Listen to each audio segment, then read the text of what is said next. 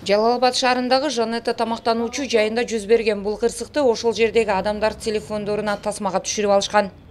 Ушул магазинде иштейм. Чыкканда карап атам, өрт чыгып атат. Өтө кооптуу болчу, кооптуу. Ушул кафеде газ баллондор турат. Кооптуу болчу. Жарылса жаман болот. Ичинде 500-600 адам постоянно отурат. Популярный жерде. Кафенин эгеси ушул караш керек, ушул техника безопасности нарушение болгон ушулдачы. Биринчи жолу эмес ушул. Мындагы ашпозчулардын айтымында өрт газ баллондун жанында жайгашкан шашлык бышырчу жайдын моорунан чыккан. Өрт коопсуздугун ар дайым талаптагыдай аткарып келебиз деген мындагылар кырсыктын кандай жүз бергенин да байкабай калышкан. Har kun ertalab ish boshlanishidan oldin qoqiladi, demoqchi. Temir endi o'sha qolib ketgani yonida.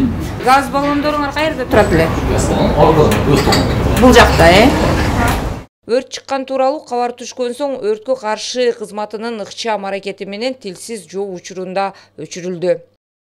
11:02-де бизге Жанетта кафесинин 2-кабаты түтөп жатат деген маалымат түштү. Маалымат түшкөр замат саат 11:02-де 03-тө чыгып 6 мүнөттө ушул жерге өрт болгон жерге жетип келип, тактаганда шашлык бышырган жердеги жанагы түтүн чыгуучу дымоходу от алып кетип, ошол жерден 2-этажга чыгып, ошол жерден көрүлгөндүктөн кошуналар зона кылган экен.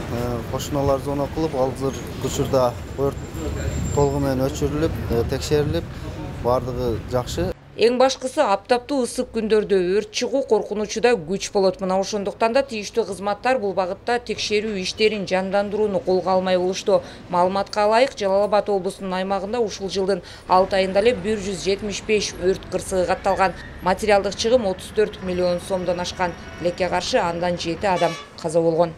Улкан Кожоева, Бектур Иманалиев, Жалал-Абад шаары.